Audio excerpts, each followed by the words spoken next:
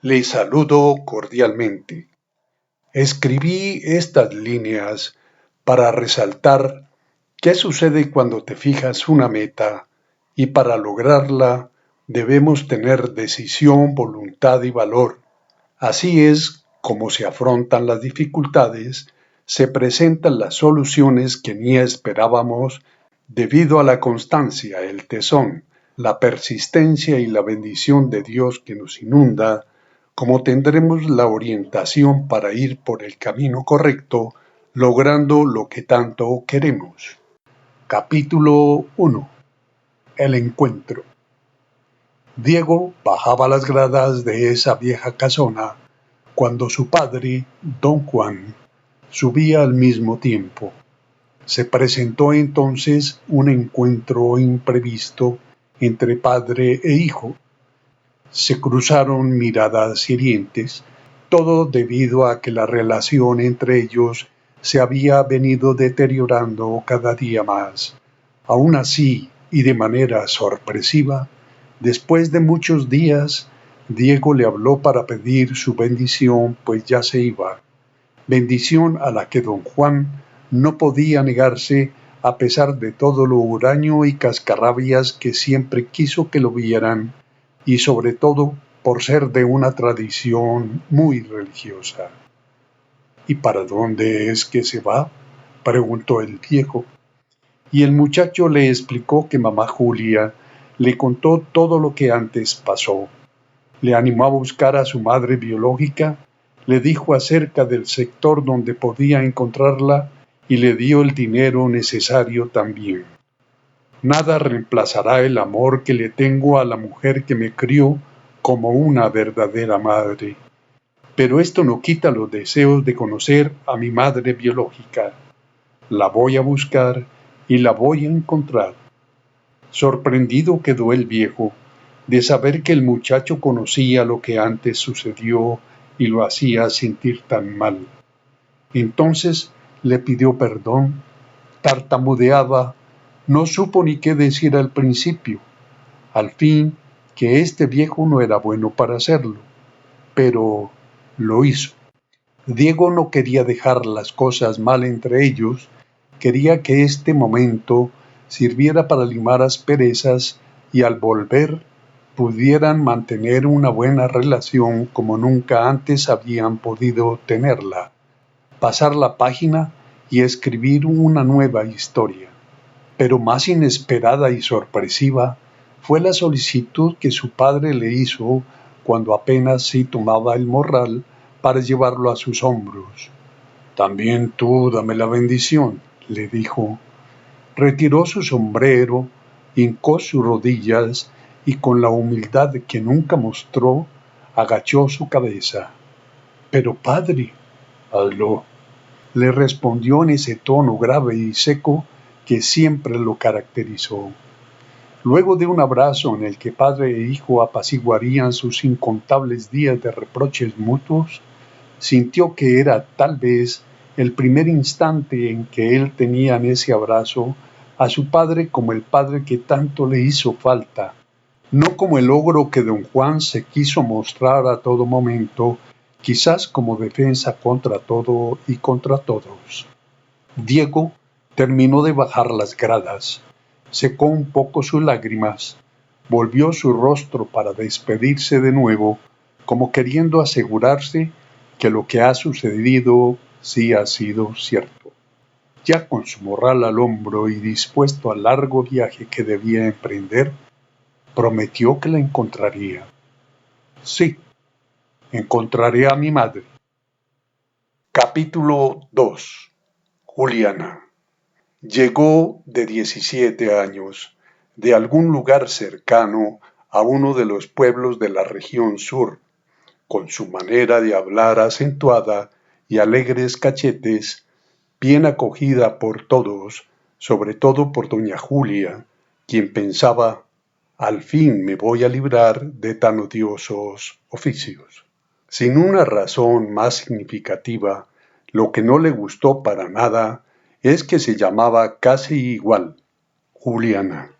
Doña Julia Sabía que debía enseñarla y acostumbrarla al aseo general y personal, queriendo, quizás, convertirla en una mujer más citadina, situación con la que quiso exigir mucho sin ser consciente de que ella misma era una mujer sucia y descuidada. Juliana en pocos días expresaba una imagen distinta, renovada, despierta y vivaz, que llegó a esta casa un día cualquiera de abril. La cocina era en definitiva el más impecable de los espacios. Todo estaba en su debido lugar, con su debida limpieza y lustro. Los sábados desde muy temprano salían las dos al lugar donde se vendían los artículos agrícolas que traían desde el campo. Este lugar quedaba a unas pocas cuadras de la casa. Juliana esperaba donde don Jesús, el vendedor de cárnicos, para comprarle, pues de eso sabía mucho y para hablarle de cualquier cosa, también para reírse de todo y de todos. Mientras que doña Julia compraba tierra, matas y materas, y luego todas las cosas que sí tenían que ver con una remesa. Entretanto, Juliana esperaba a que estuviera el asado y volaban sus sueños con el humo que se escapaba por los orificios del techo. Soñaba a todo momento con su príncipe azul y con su familia, a quien tanto quería ayudar. Luego, con canasta en mano, debía ir a recoger las hierbitas, verduras, frutas, tubérculos y más, que con sus formas, colores y olores hacían de esta plaza de mercado un gran espectáculo digno de admirar y disfrutar. Y después, a cargar.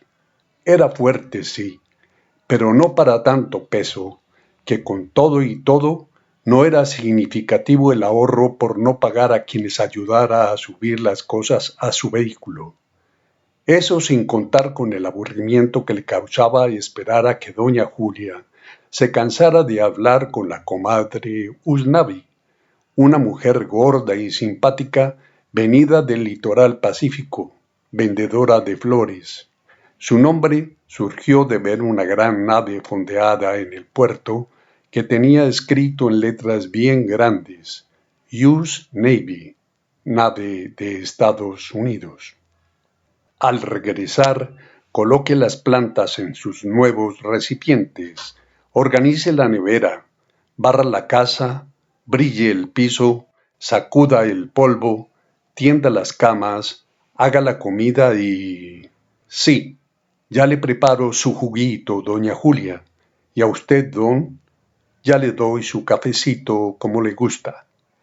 Y ni qué decir de cómo atendía a los muchachos. Pero ¿cómo hacía? ¡Qué niña tan eficiente! A todos atendía y lo hacía muy bien. Hay que ver la sazón que ponía y lo hacía así, para darles gusto y para darse gusto también. Fue de esa manera como descubrió el secreto de la buena preparación de los alimentos, despertando el deseo de ser chefa, como lo decía ella. No se le escapaba revista de culinaria, ni dejaba de preguntar a sus vecinas por las recetas o formulaciones y los respectivos ingredientes con que se hacía todo. Hizo tal acopio de información que terminó por ser consultada debido a su sabiduría en culinaria. La más sorprendente comida que aprendió a hacer fue el chop suey, una receta de comida oriental que se hace con vegetales salteados con lomo y con camarones en un wok, que es como una sartén o una olla. También el pollo teriyaki y otras comidas orientales. El mejor ingrediente para todo fue su contagiosa alegría. Como te sientas, estará influyendo en lo que prepares, fue su principal recomendación. Recordaba el dicho, la vida es como la comida, todo depende de lo que se le agregue. No era raro, además, verla en el día sacudiendo el polvo a todas las cosas, barriendo y dándole brillo al piso a todo momento, dejándolo todo como tacita de plata. Así mantenía la casa. Nunca quiso estar sin hacer nada. Descansar sí, pero por la noche. ¿Para qué más? Fue su decir. Relataba Juliana que aún siendo niña, acompañaba en los juegos a su hermanita, pero un día jugaron a perseguir 3 de las gallinas que tenía su padre en el patio contiguo a su casa de campo. Qué difícil atrapar una gallina, se decían. Descansaron un rato y luego las han llamado a comer. Ya en reunión con toda la familia, le dice una a la otra: cuando terminemos de comer, vamos a continuar en el juego en que estábamos. Su madre les dice: ¿y de dónde creen que es la carne que comemos? Hasta ahí que no quiso comer nunca más carne, ni nada que se le pareciese. Las preparaba así, pero no las comía. Acompañaba a su papá, después de las tareas de la escuela, a melar, que es como se le llama a la elaboración de la panela, un subproducto más de la caña de azúcar. Debía cortar la caña, hacer el jugo con ella y mediante cocción obtener el material que se utiliza para llenar las gabelas, que son las formaletas o moldes, y con esto endulzar varios alimentos. Quizás esto influyó en la disciplina, actitud, disposición y fortaleza con que se hacían las cosas. Capítulo 3. La familia, compuesta por don Juan, el papá, doña Julia, la mamá, Joaquín, el hijo mayor, Julián y Diego, el hijo menor. Don Juan, viejo hecho a la antigua, huraño, estricto y rígido, eso sí bastante trabajador y desde niño, con tremendo bigote, lo que le imprimía un aspecto más duro. Siendo un niño, era común para él amarrar las patas a una vaca, ordeñarla, herrar, ensillar y montar un caballo, y además deshacer las trenzas que la noche anterior le habían hecho las brujas o los duendes a sus crines o colas. Tenía que ver todo con el cultivo del café, desde hacer el almácigo, que es como se le llama al sembrado de plántulas, primero en una pequeña bolsa y luego se hace la siembra definitiva en terreno abierto. También colocarse una cabulla en el cinto para colgar el canasto donde recoger el café cuando estaba maduro, pasarlo por la despulpadora, hacer el lavado correspondiente y secarlo, hasta llevar la carga en su viejo vehículo para venderla al pueblo. En ese pueblo se hizo dueño de varios bares, sobre todo del más grande de estos, lo que le hizo ganar mayor respeto. Pero también se hizo de muchos enemigos y envidiosos que querían encontrar la manera de verlo caer en bancarrota. Estaba convencido que por ser el mandamás, el dueño de esos bares y tierras, podía ser muy mujeriego, queriendo tenerlas a todas y más que todas querían con él. Pero eso solo sucedía en el sector que tenía influencia y dominio. A través del tiempo tuvo una bonita y numerosa colección de sombreros, carrieles, ruanas y pipas. La tierra que tuvo inicialmente era muy inclinada, pero él, con su ingenio y astucia, enterró un tubo con gran diámetro desde la mitad de la loma, por donde enviaban el café recogido hasta el silo, un depósito en la base de la montaña con los implementos necesarios para iniciar el proceso del café. Como había sido la tradición desde sus antepasados, su padre le legó en vida la tierra que poseía, pero en su actitud de buen negociante logró hacerse a otra y sumarle a la gran loma, pero ahora la gran pregunta que él se hacía: ¿qué hago? ¿A quién dejo esta tierra? Uno se la bebe, el otro de pronto hasta se la fuma, y el otro nunca ha mostrado interés. Golondrina se llamaba una de sus vacas. ¡Qué nombre para una vaca! Estando en el corredor de la casa en aquella tierra, don Juan llevó sus dedos a la boca y dio un tremendo silbido a la vez que gritaba ¡Golondrina! Y allá, muy alto en esa loma, estaba ella. Volteó a mirar la vaca y despacio comenzó a descender. Al rato llega con su corpulenta obesidad y rumiando como lo hacen todo el tiempo. Entra al corredor y se dirige a don Juan, que está sentado en su silla mecedora leyendo el periódico. La vaca agacha su cabeza mientras él, con ternura poco usual, la acaricia y le habla como a una niña. Luego ella le devuelve los mimos con su lengua tumbándole el sombrero, da la vuelta y se regresa por donde vino. La compramos pequeñita y la criamos con tetero. Por eso es tan mimada, contaba el don. En alguna ocasión, estando inmerso en el periódico y con deseos de tener un momento de tranquilidad y placidez, le pide un café a la señora que le ayuda con los quehaceres de la casa. Al momento llega ella con un plato pequeño en una mano y en la otra el café en un pocillo, pero sosteniéndolo con el dedo pulgar introducido en el café. ¿Qué es eso? ¿Cómo se le ocurre? Pero ella le responde, no se preocupe, señor, que no está muy caliente el café y no me quemo. Como se hizo dueño de varios bares en el pueblo cercano, iban en la tarde los campesinos después de la paga y era muy común ver a algunos de ellos ya borrachos diciendo lo que pidan, que a todos los invito, ya que tengo plata, mientras en el rancho su mujer y sus hijos tenían hambre de comida y además sus hijos de juegos con su padre. Fue en uno de esos bares donde conoció a la que ahora es su esposa, doña Julia. Todos dirigían sus miradas a ella, tenían que ver con ella, todos querían con ella. Doña Julia venía de una región lejana, con su padre y sus hermanos buscando mejores oportunidades para todos. Era bonita, pero debido a que el dueño del bar, el mandamás, el gran jefe, era don Juan, fue él quien decidió que ella sería su esposa.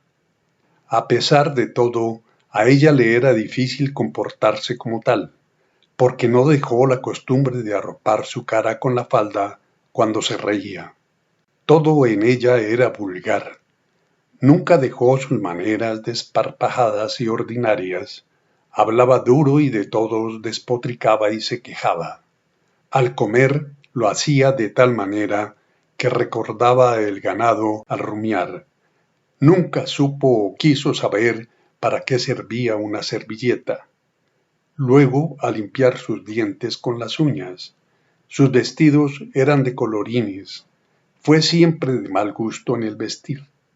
Tenía una exagerada inclinación por los collares, por los colgandejos, pero en su interior habitaba una mujer con bondad, amor, desprendimiento y carácter a la vez.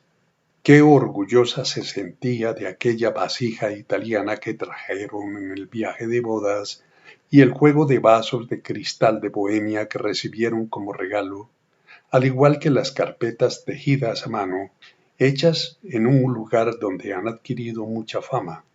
Lástima que al juego de cubiertos de plata le faltara algunas piezas, pero aún así los conservaba y lustraba solo ella. En un lugar muy especial de la cocina tenía exhibida una copa, o más bien un frutero, y azul, regalo que le hizo a doña Julia, su hijo mayor siendo un niño, cuando podía tenerlo siempre a su lado, regalo que le hizo sentir siempre muy orgullosa. Mientras ella organizaba la ropa, el niño jugaba a su lado, hacía con un palito y el dedo una ranura o un angosto camino en la tierra de una jardinera alargada que tenían. Allí podía deslizar las bolas de cristal que tenía, un juego que acostumbraban los niños de aquellos tiempos. Sin embargo, en su labor encontraba algunos terrones y piedras que con cuidado retiraba. De pronto encuentra un vidrio azul parecido a las bolas de cristal que tenía. Poco a poco lo desentierra y con admiración y sorpresa lo que encuentra es una copa. Corre entonces y orgulloso le dice: «Es para ti, mamá». Y claro, la pregunta que le surge, estando ella muy asombrada, es: «¡Qué bonita! ¿Y de dónde la sacaste?». El niño le explicó, y aunque no parecía cierto, puesto que no llegó con otra cosa diferente a una pequeña bolsa de tela donde cargaba las de cristal con que jugaba, pero a pesar de esto, la aceptó y con mucho amor la cuidó como el más especial de los regalos. Pero, ¿y quién pudo haber dejado, o es más, enterrado algo como esto en este lugar? Pasado el tiempo, se hicieron la gran pregunta: ¿será que debía haber más cosas enterradas en este sitio? Al igual que con los cubiertos de plata, solo doña Julia la tomaba para limpiarla. No permitía que alguien más la tocara. A veces, solo a veces, la ponía sobre la mesa del comedor con frutas como adorno para una comida que ella consideraba muy especial. Nunca más la utilizaba para otra cosa que no fuera para exhibirla y para contarle a sus amigas esta anécdota de la que se sentía siempre muy bien. Joaquín, el joven Joaquín, como le solía decir Juliana, a pesar de que era un hombre ya entrado en años, heredaba una tradición campesina, era muy conocedor de las labores correspondientes. No fue nada más que mano de obra sin paga, como eran las costumbres de aquellas épocas. Por eso otros tuvieron muchos hijos, 12 o más. Pero una vez, solo una vez, no hizo bien las cosas y le sucedió pasando una vaca de un campo a otro. Como les tocó pasar por el estrecho tendido de madera que había sobre un riachuelo, se cayó ese animal y desde allí pudo ver que sin lugar a dudas, éste se había matado, pero se sintió mal por el animalito y por contarle a su colérico padre lo que había sucedido. Entonces, debido a que perteneció al tiempo en que en desbandada se trasladaban las personas del campo a la ciudad, su padre aprovechó el asunto de la vaca y enojado lo mandó para allá. «No te quiero más aquí. Ve a la ciudad con tu madre. Quizás allá puedas hacer más», le dijo su padre. «Como siempre, puedes hacer muchas cosas bien, pero una mal hecha y te juzgarán por esa». «Qué mejor oportunidad», pensó. «Estudiaré lo que tanto he querido y admiro, abogacía». Y así fue que se presentó y pasó a pesar de lo exigente que era estar en esa universidad. Pero lo que más llamó la atención de sus primíparos compañeros fueron sus ásperas, ampolladas y callosas manos, efecto de su trabajo allá en el campo, quizás porque su padre le pidió que aplanara un terreno pedregoso para colocar un almácigo, algo así como un sembrado de matas pequeñas en bolsas para luego trasplantarlas. Fue ese trabajo el que sin dudas le produjo esas consecuencias. Fue un destacado estudiante y lo hizo con entusiasmo, pero algo le sucedió cuando pasado un tiempo su comportamiento se hizo diferente. Era solitario, introvertido, se volvió alcohólico. Creo que fue a causa del rechazo de su padre y al choque entre la vida del campo y la vida en la ciudad que sintió la necesidad de buscar refugio en algo diferente. Su madre no pocas veces tuvo que salir a buscarlo a cualquier lugar donde vendieran licor o a algún burdel y traerlo a casa. La sabiduría es conocimiento, pero no da la felicidad. Julián, el joven Julián con 12 años menos que su hermano, muy flaco, con escasa barba, mirada penetrante, desconfiada y agresiva, era el verdadero martirio, el gran sufrir para doña Julia. Estudió el bachillerato repitiendo algunos años por mal estudiante y mentiroso. En ese lapso fueron llamados en varias ocasiones los acudientes al colegio, pero sólo era doña Julia la que se hacía presente porque don Juan se interesaba solo en su finca, sus cafetales y sus negocios. Nunca tenía tiempo para esas cosas. Decía Julián que todo en el colegio estaba bien, pero como en boca del mentiroso lo cierto se hace dudoso, ella recibió un montón de quejas sobre su hijo, que era grosero con sus profesores, se volaba del colegio y constantemente lo veían jugando billar, que no trajo la tarea, que no hizo el trabajo, que no trajo la lección y además que ha cogido como costumbre hablar con palabras raras. Su vestir, su andar y sus modales dejaban mucho que desear, pero al fin se graduó de bachiller. Era como un triunfo de doña Julia, pues sólo ella se interesaba en esto. Él no. Le pidió ingresar a la universidad. Mire a su hermano, le decía. Me presentaré luego. Voy a pensar bien qué quiero estudiar, le respondió. Pero solo por ser condescendiente con ella y para ocultar el rencor o tal vez la envidia que sentía por su hermano. Y si no, búscate un buen trabajo para saber si sirves para algo, le dijo su padre. No quiero personas en mi casa haciendo nada.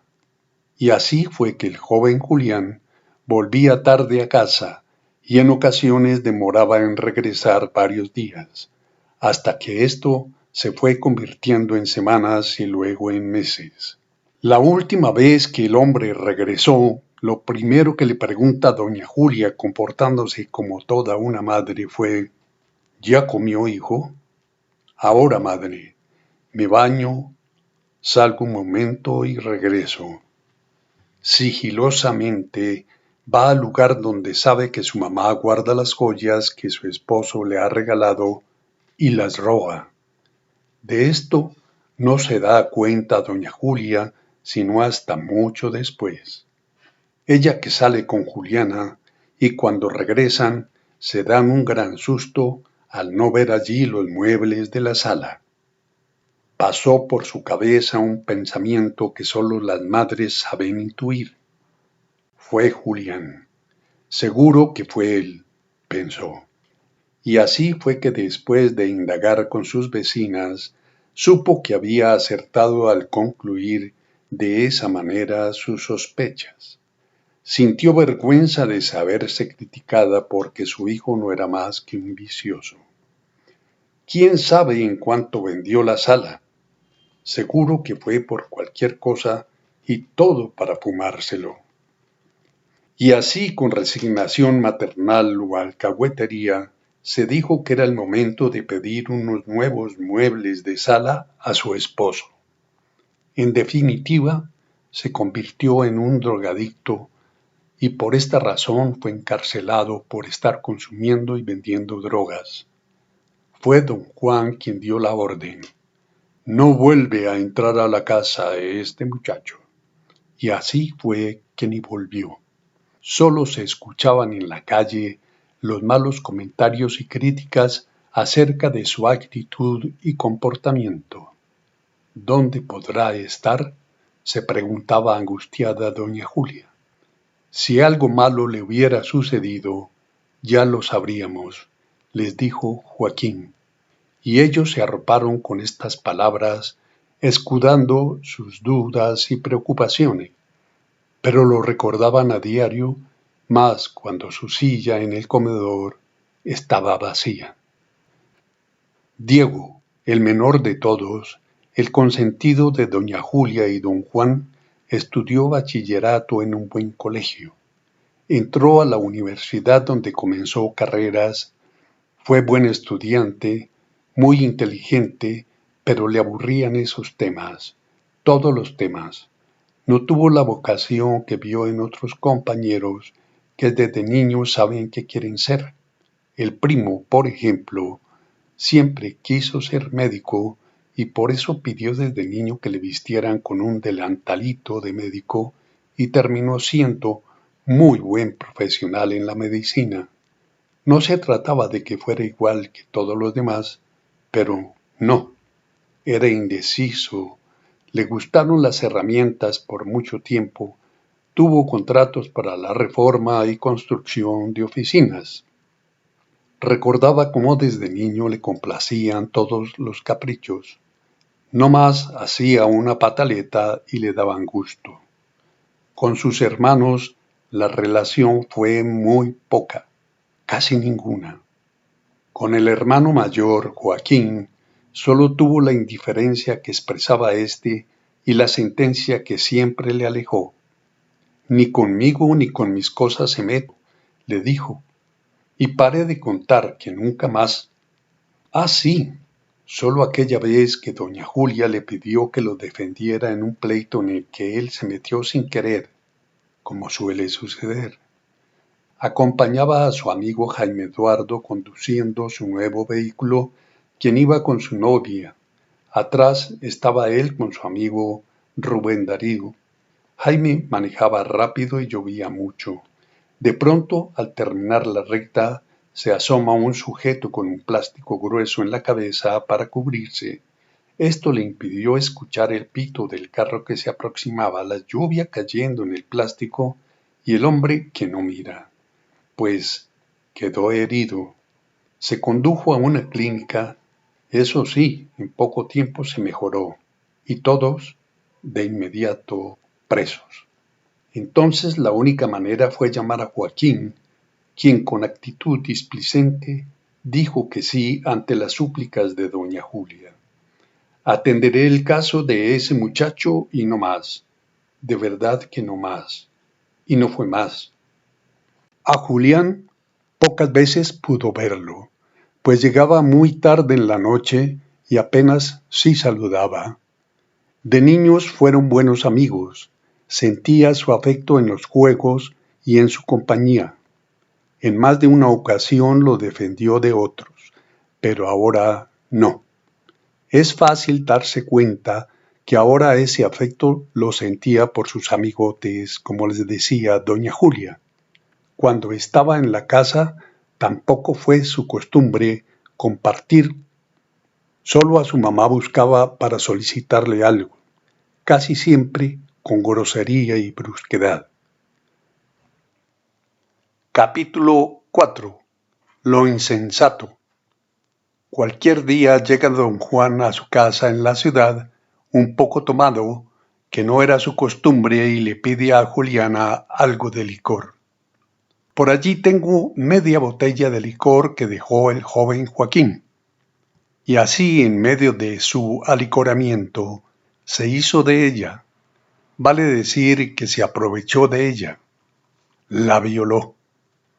Luego se quedó dormido y casi ni se dio cuenta de lo insensato, del disparate que había cometido. Ella fue a su habitación a llorar y llorar. Se sintió sucia. No era lo que había imaginado, ni con quien lo había imaginado. Como todas, soñaba con su príncipe azul. Lo pasaba triste y callada, a diferencia de lo habitual. Se desenvolvía en sus quehaceres, pero no por mucho tiempo. Sospechaba que todo podía empeorar, porque descubrió luego que estaba embarazada, y aunque esto no le produjo consecuencias físicas graves, como suele suceder, sintió un gran horror, pues sus pocas o muchas ilusiones se venían al piso. ¿Qué irá a pasar? ¿Cómo irá a pasar? ¿qué hay de mi sueño de ser chefa? ¿Y mi príncipe azul? ¿Qué le pasa? Está diferente, le dice doña Julia. Estoy en embarazo, le dijo Juliana, pero con miedo. Bruta, ahora sí nos jodimos, le respondió. ¿Y quién es el papá de ese muchachito? Le preguntó en tono despectivo. Don Juan, su esposo. Y claro, se armó la grande. Sí, y muy grande y muy grave. Toda mi vida arruinada por ese viejo idiota, se decía mientras lloraba a Juliana. ¿Y ahora qué haré? Doña Julia sentía tristeza y decepción. Su orgullo también estaba herido. Sabía que don Juan, con su ego de macho alfa, creía que las cosas y las personas podían ser como él quisiera. Convencido estaba que con su dinero todo podía extenderlo a placer, como sabía también que su influencia era limitada a su entorno inmediato. Arrastraba la creencia de sus antepasados, que sólo veían a la mujer como un objeto y al hombre como un semental. Ella no era más que una damnificada. Sin pensar en otra cosa, no va a renunciar a su condición de esposa, figurando como la compañera principal del gran jefe, del mandamás del pueblo. Y Juliana, la más lastimada y herida, para ella todo se frustró. A partir de ahora cambiará su futuro, ese que tanto imaginó. Muy a mi pesar me iré cuando haya cumplido mi compromiso. Capítulo 5. Buscando a Julián.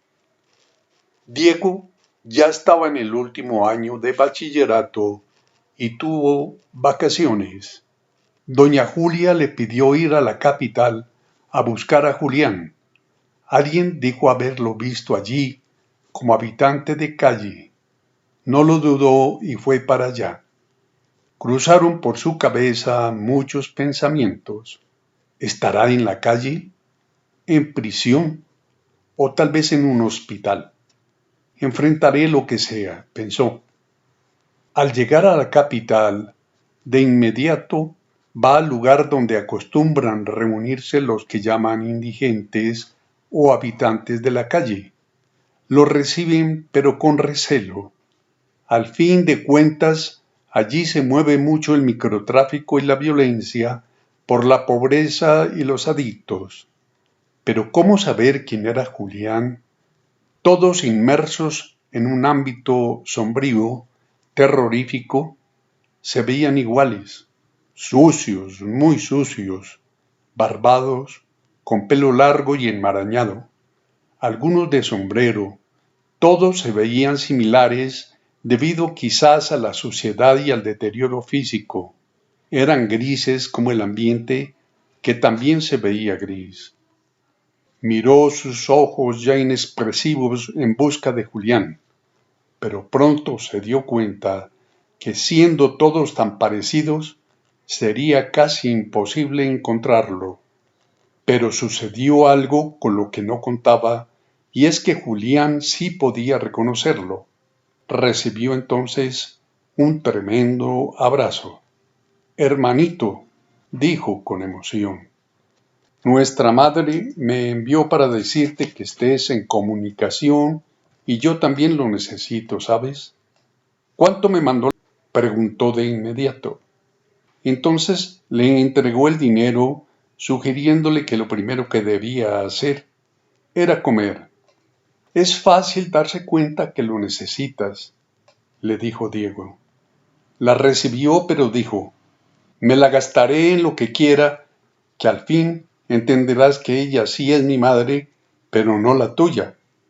Pregúntale, ya verás. Quizás este ha sido un motivo más de su inestable comportamiento. Quizás. Sorprendido por lo que le dijo su hermano y habiendo cumplido con su cometido, regresó pronto. ¿Y a este qué le sucedió? Fue un viaje difícil. sobre todo porque venía pensando en la frase que escuchó, se dormía un rato y luego a pensar en lo mismo. Eso debe ser que se inventó ese cuento. No fue fácil, pero decidió desechar esos pensamientos. Lo necesitaba, debía desconectarse. Veremos qué ha de pasar, pensó. Cuando regresó de inmediato, fue a casa. Ya sentado con su madre, hablaron del hombre, pero suavizó un poco la situación para que no se preocupara tanto y luego le soltó la bomba. Me ha dicho que tú sí eres la madre de él, pero no la mía. ¿Por qué? Y quedó estupefacta. Siempre quiso decirlo, pero nunca se sintió capaz. Siempre dijo luego. Y es que decir luego era más fácil. Pero debía enfrentarlo ya. Tu madre biológica no soy yo. Te he tratado siempre como a mi hijo preferido. Te quiero y te he querido como el más especial de mis hijos. Le contó acerca de su madre biológica, de lo alegre, disciplinada y ordenada que siempre fue. Lástima los sucesos que acontecieron en razón a que no podía vivir bajo el mismo techo. Ella le pidió que se fuera para su tierra, pero que por el bienestar de su hijo se lo dejara un tiempo, al menos hasta que éste cumpliera unos 3 años, con el fin de ofrecerle un futuro mejor y además que su verdadero padre era don Juan. Pero se encariñaron del pequeño. Su fragilidad, gracia, ternura e inocencia, sus juegos y el amor por todos, de esa manera se fue extendiendo el tiempo hasta hacerlo definitiva y tácitamente parte integral de la familia. Doña Julia no dejó de sentirse culpable. Sentía gran remordimiento por la infamia cometida, por no haberla buscado y haberle entregado su hijo. Ella cumplió su compromiso. ¿Y yo? No. Pero, ¿qué mujer no haría lo que fuera por estar cerca de su hijo? ¿Podría Juliana ser tan poco egoísta como para pensar que era más importante el futuro de su hijo, o quizás supo que el bebé tendría con ellos un mejor futuro? Por eso no quiso interferir y prefirió retirarse así, sin afectarle de ninguna manera. No más. Debía hacerle frente ya a esta situación. Entre sollozos, doña Julia le animó. Le dijo en qué pueblos podía preguntarla, aunque no fuera para nada seguro. Le dio algo de dinero y con un abrazo y su bendición le despidió. Quería alivianar con esta actitud un poco sus culpas, tanto para con Juliana como con él. Ve y encuéntrala. Capítulo 6. El viaje. Pensándolo bien, si no es por Evelio, no estaría aquí. Ya con el morral al hombro, fue uno de los primeros en montar en ese transporte un poco viejo. Al rato se hizo consciente de que éste ya estaba andando y se movía fuera de la ciudad con una desintonizada emisora en la que sonaba todo tipo de música. Tenía claro que toda la música es maravillosa, pero en una radio mal sintonizada, ninguna. Puso atención en el paisaje, las montañas, algunas suspendidas o cortadas por la neblina o las nubes. En esas montañas y cerros trataba de imaginar seres recostados durmiendo para siempre, a veces gigantes, a veces monstruos prehistóricos o pirámides, y en las nubes caballos que salían de un montón. Le pareció ver a un niño, y en la siguiente curva el viento ya lo había desvanecido. Le hizo recordar que así es la vida. Es corta, se desvanece así de fácil. También pudo ver un sombrero. Bueno, eso le pareció, y una hermosa águila. en general como copos de algodón. Y qué hermoso ese azul, de todos los colores, ninguno más indicado. Y allí, muchos durmiendo, ¿cómo podían hacerlo? Cuando eran tan variados y hermosos los espectáculos que podían ofrecer las aves, los árboles con sus formas y colores, los ríos, el ganado que a veces aparecía y en general imaginar la fauna y la flora que podía vivir en todas partes, en todas esas regiones. Cuántos secretos guardaban esas montañas, esos valles, esos caminos. ¿Y mi madre? La veré, la encontraré, pensó. Qué bueno cuando la abrace. Estaba convencido de lograr su propósito. Ni se preocupó del cómo. Solo sonrió de saber que vería a su mamá. Y siguió embelesado en lo que veía y estaba disfrutando. Ya en plena vía inició una llovizna leve, pero constante, que al poco tiempo se convirtió en aguacero. Era tan fuerte que lo sacó de los recuerdos y sus sueños. Las plumillas no daban abasto. La neblina era densa. De pronto el vehículo se detiene en forma violenta y ven con sorpresa que desde ese lado izquierdo de la vía ha caído un gran árbol, quedando atravesado en la carretera, evitando el paso de los carros, tanto de ida como de regreso.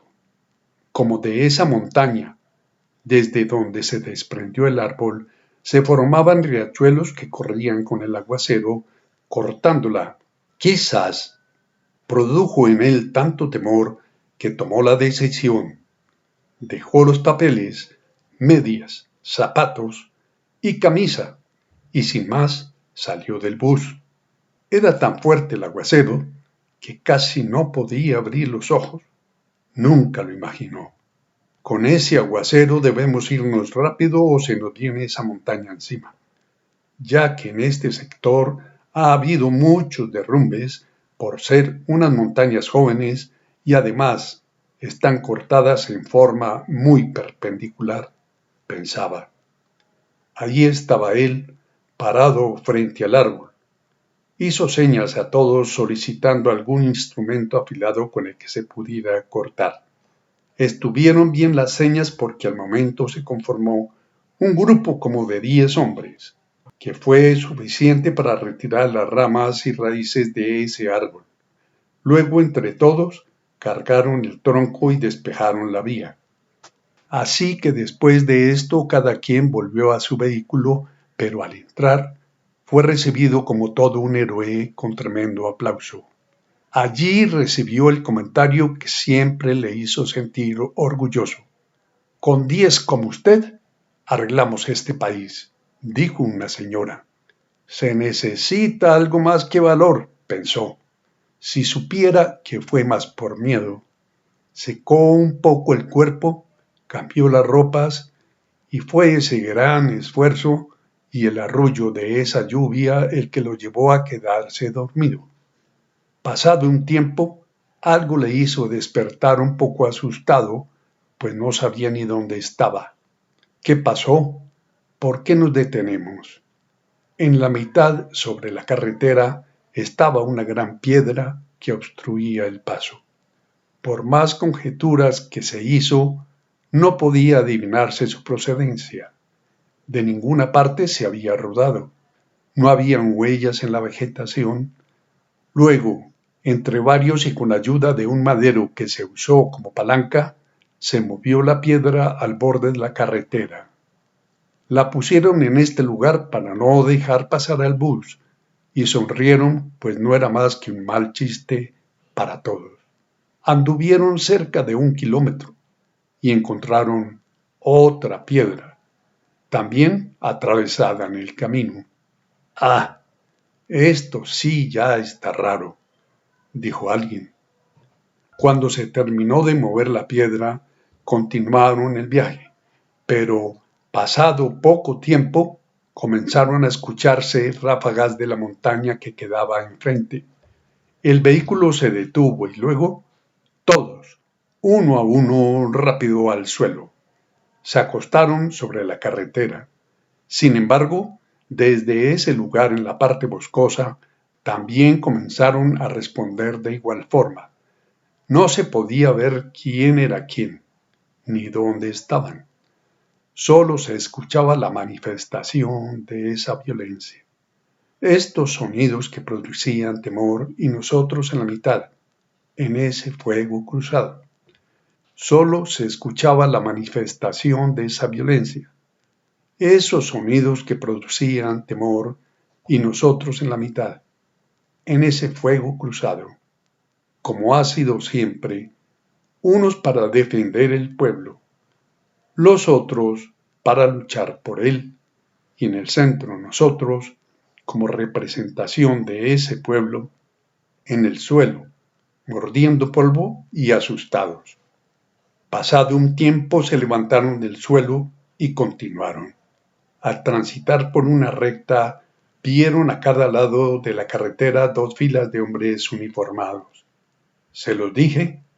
¿Nos devolvemos? No. Ellos tienen cómo comunicarse y sea quienes sean, nos van a interceptar. Nada se debe, nada se teme. Pero asustados se tomó la decisión de continuar despacio, y cuando más se acercaban, podían comprobar que eran militares. Les hicieron señas de detenerse y todos abajo. ¿Vieron algo diferente en la carretera?, preguntaron, y le contaron sobre las piedras y las ráfagas. Pusieron las piedras para no dejarnos pasar en vehículos. Después de una requisa muy exhaustiva, continuaron, pero al poco tiempo nos quedamos varados, fue la expresión general. Y todos con ese afán, decían con preocupación. Entonces bajó el conductor, abrió el capó, pero lo miraba todo como si fuera la primera vez y claro, no supo qué hacer. Este no sabe nada de esto y todos aquí tampoco. Casi una hora después, en la que minuto a minuto se sentía desespero y angustia, recordando las experiencias y situaciones anteriores, pasó otro transporte de la misma empresa, pero sin pasajeros. El conductor se detuvo, observó y con el capó en la mano, después de un buen rato de estar revisando aquí y allá, podía deducirse que de mecánica parece que sí sabía mucho.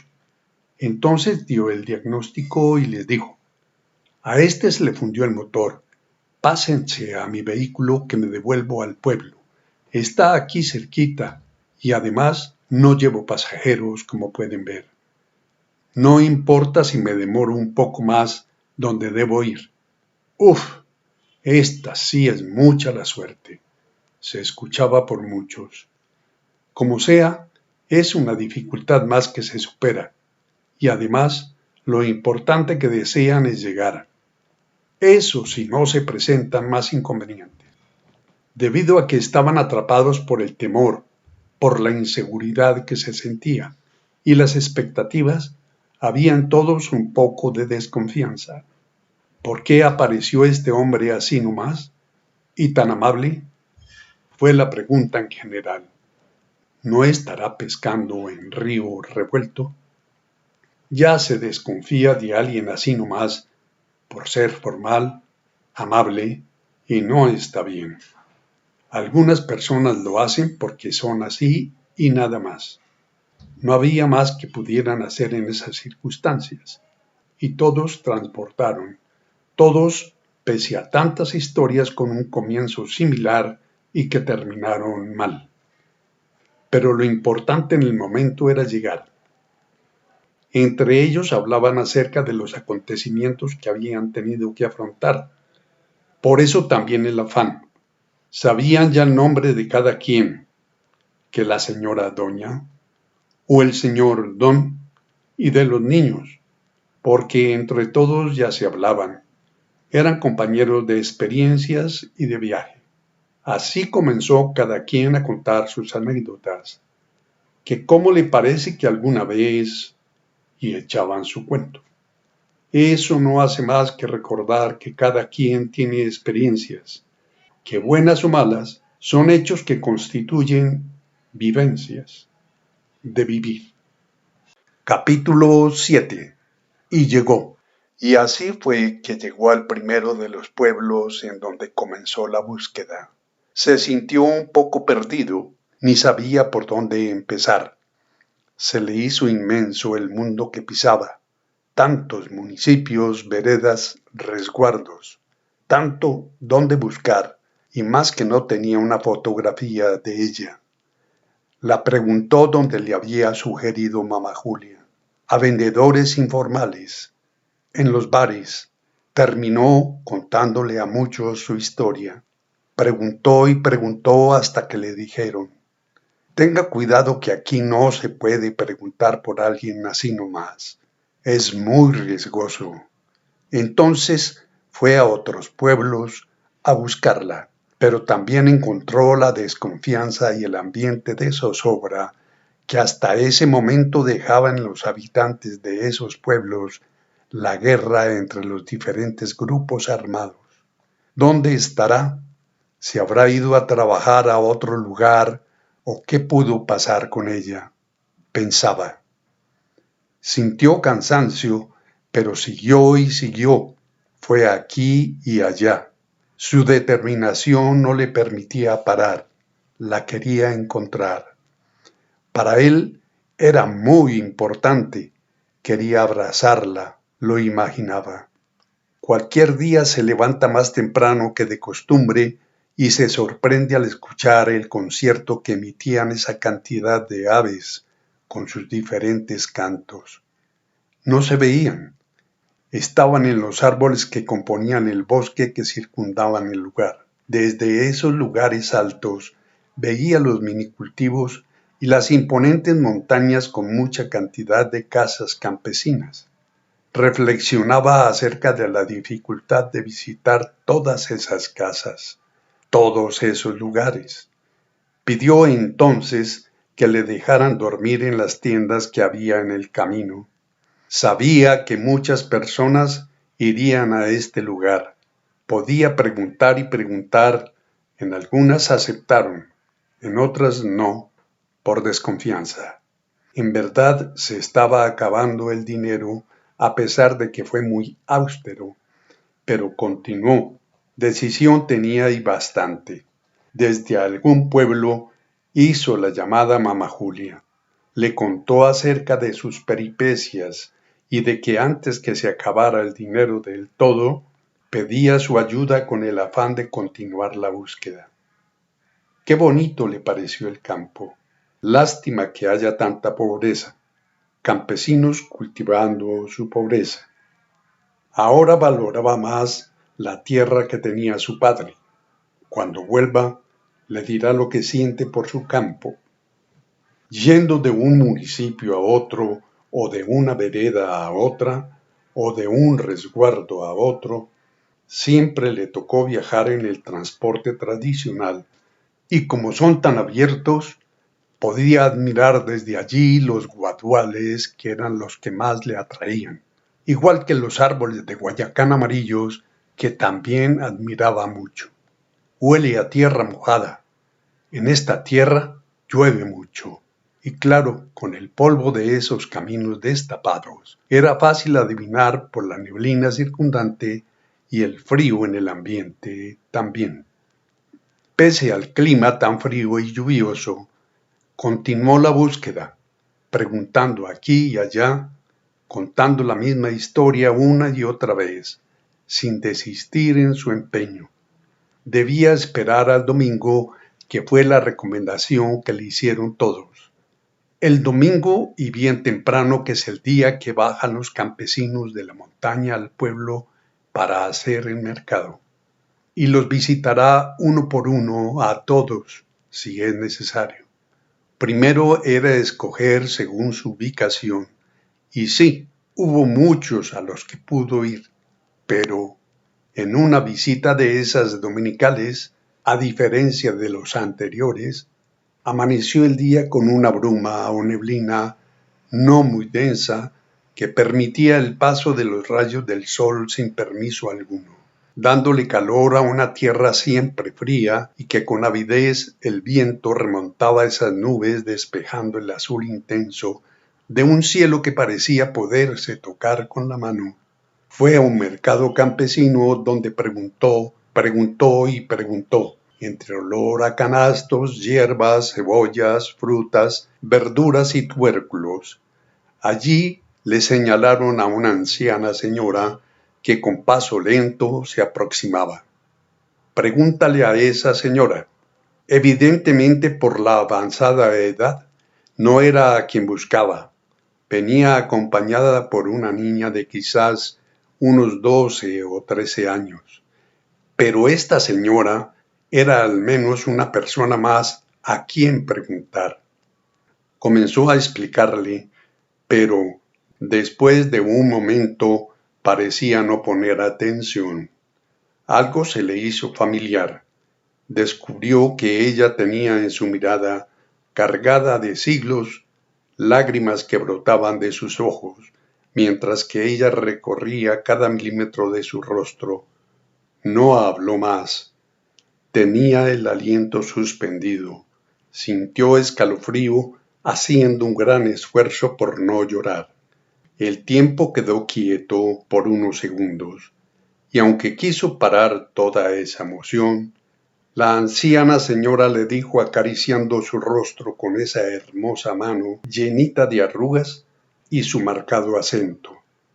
Su madre está arriba en el rancho. Yo sé quién es usted. Usted es igualitico a ella. Yo sé cómo pasaron sus cosas. Soy su abuela y la niña, su hermana.